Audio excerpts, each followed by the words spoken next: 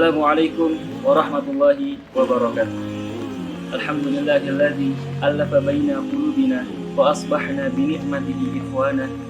Wassalatu wassalamu ala rasulillahi alladzi istafahu rabbuna faja'alahu uswatan hasanatan linnas ajma'in. Faqala ta'ala laqad kana lakum fi rasulillahi uswatun hasanah. Al-ayat. Allahumma salli wa sallim ala rasulikal karim Nabiyikal amin Sayyidina Muhammadin wa ala alihi wa ashabihi wa man tabi'ahum bi ihsanin ila yaumiddin. Faqala ta'ala fi kitabihil karim syahru ramadhana alladzi unzila fihi al-Qur'anu hudan lin-nas wa bayyinatin minal huda wal furqan. Al-ayat. Islam merupakan agama yang komprehensif yang mengatur seluruh aspek kehidupan manusia, di antaranya bidang akidah, bidang ibadah, bidang akhlak, dan hukum syariah. Maka dari itu, Islam tidak hanya mengatur bagaimana tata cara bermuamalah dengan Tuhannya, tetapi juga mengatur bagaimana tata cara bermuamalah dengan sesama makhluk. Maka Islam juga mengatur bagaimana tata cara ekonomi dalam Islam, bagaimana cara menyelesaikan hukum kekeluargaan.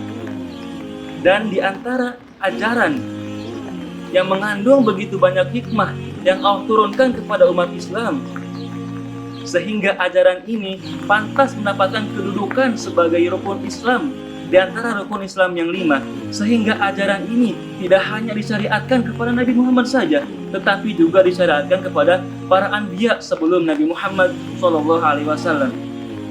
Sehingga hal ini mengindikasikan bahwa betapa urgensinya, betapa pentingnya melaksanakan ibadah ini. Sebagaimana kita ketahui, ibadah ini bernama puasa. Puasa merupakan ibadah yang penuh dengan cinta. Hal ini diartikan karena mereka, orang-orang yang berpuasa, berarti meninggalkan segala hal yang disukai oleh jiwa, seperti makan, minum, dan syahwat pada lawan jenisnya. Dan tentu perkara ini, perkara peninggalan hal-hal yang disukai oleh jiwa, tidak akan terjadi ketika ditujukan untuk kepada sesuatu yang lebih dicintai, kepada sesuatu yang lebih diprioritaskan, kepada sesuatu yang lebih agung, yaitu Allah Subhanahu wa Ta'ala. Maka dari itu, sebenarnya ketika kita melaksanakan ibadah shaum atau puasa, sejatinya kita sedang belajar mencintai Allah Subhanahu wa Ta'ala. Maka dari itu, puasa merupakan memiliki banyak sekali aspek hikmah yang perlu kita ambil. Sebagaimana hal ini selaras dengan yang didefinisikan oleh Ibnu Katsir, bahwasanya puasa merupakan menahan diri dari makan, minum, dan berjima, disertai dengan niat ikhlas kepada Allah Subhanahu wa Ta'ala. Maka dari itu, puasa merupakan ibadah yang menggabungkan antara lahiriah dan batiniyah. Maka dari itu, ibadah puasa sendiri bertujuan untuk bagaimana kita mengendalikan lahiriah kita, bagaimana kita mengendalikan batiniyah kita. Dan yang dimaksud dari pengendalian diri di sini adalah menahan sesuatu nafsu yang secara berlebihan. Sobat PPI, dimanapun kita berada, semoga kita sama-sama dirahmati Allah Subhanahu wa Ta'ala. Saya ingin mengajak teman-teman semua untuk merenungi apa yang terjadi ketika ibadah puasa dikorelasikan, disatu padukan, dicampurkan dengan bulan Ramadan menjadi satu kesatuan. Apa yang terjadi? Ramadan secara bahasa sendiri berarti terik atau panas. Maka Ramadan bermakna terik atau panas secara konseptual dan dapat diartikan sebagai bulan pendidikan. Dan maka dari itu dihadirkanlah pendidikan kewahyuan yang bertujuan untuk memantapkan keyakinan kita semua. Bagaimana kita ketahui bahwasanya Ramadan adalah bulan di mana diturunkannya Al-Quran. Maka dari itu, hal ini menunjukkan bahwa barang siapa yang menemui atau yang menemui bulan Ramadan ini, maka petiklah buah yang bernama petunjuk itu. Maka gapailah cinta Allah yang maha luas itu. Dengan apa? Fal yasum, dengan tata cara berpuasa.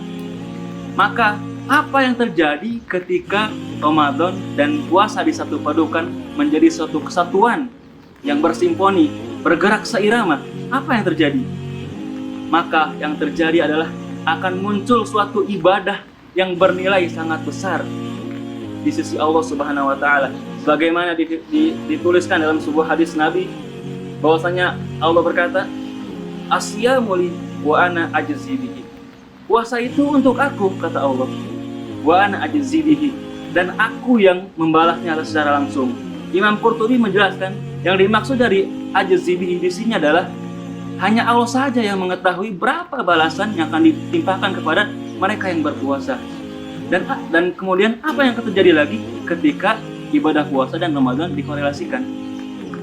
Yang terjadi adalah di mana ketika kita melaksanakan suatu ibadah pada bulan Ramadan, maka akan menilai satu ibadah akan memiliki nilai begitu banyak pahala. Maka dari itu, Sobat PPI, dimanapun kita berada, semoga kita dirahmati Allah Subhanahu wa taala.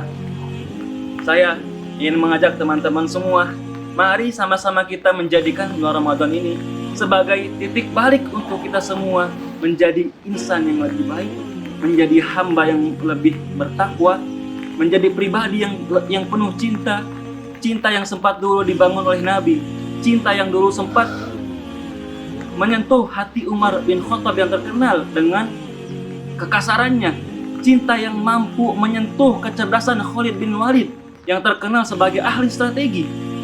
Maka dari itu muncullah kalam-kalam cinta dari perkataan Rasulullah SAW. Maka semoga setelah kita melalui bulan Ramadan ini, dengan harapan kita menjadi sesuatu yang lebih baru, menjadi pribadi yang lebih baik. Sobat PPI dimanapun kita berada, saya ingin mengajak teman-teman semua untuk mari sama-sama kita jadikan bulan Ramadan ini sebagai kepompong yang menjadi momen sakral bagi ulat.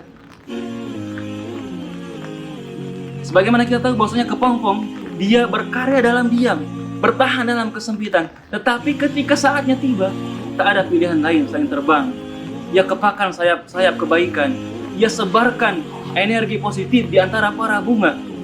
Maka tak ada pilihan lain, ketika dia berhasil melewati fase kepompong ini, maka ia berubah menjadi sesuatu yang baru, merubah menjadi sesuatu yang lebih baik, yaitu menjadi kupu-kupu. Sobat PPI, dimanapun kita berada, saya sekali lagi mengajak teman-teman semua, mari kita sama-sama menyemarakan bulan Ramadan yang penuh dengan kebaikan ini.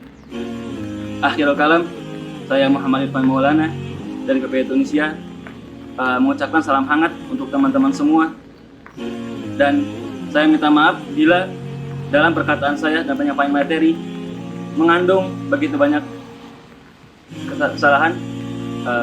Wassalamualaikum warahmatullahi wabarakatuh.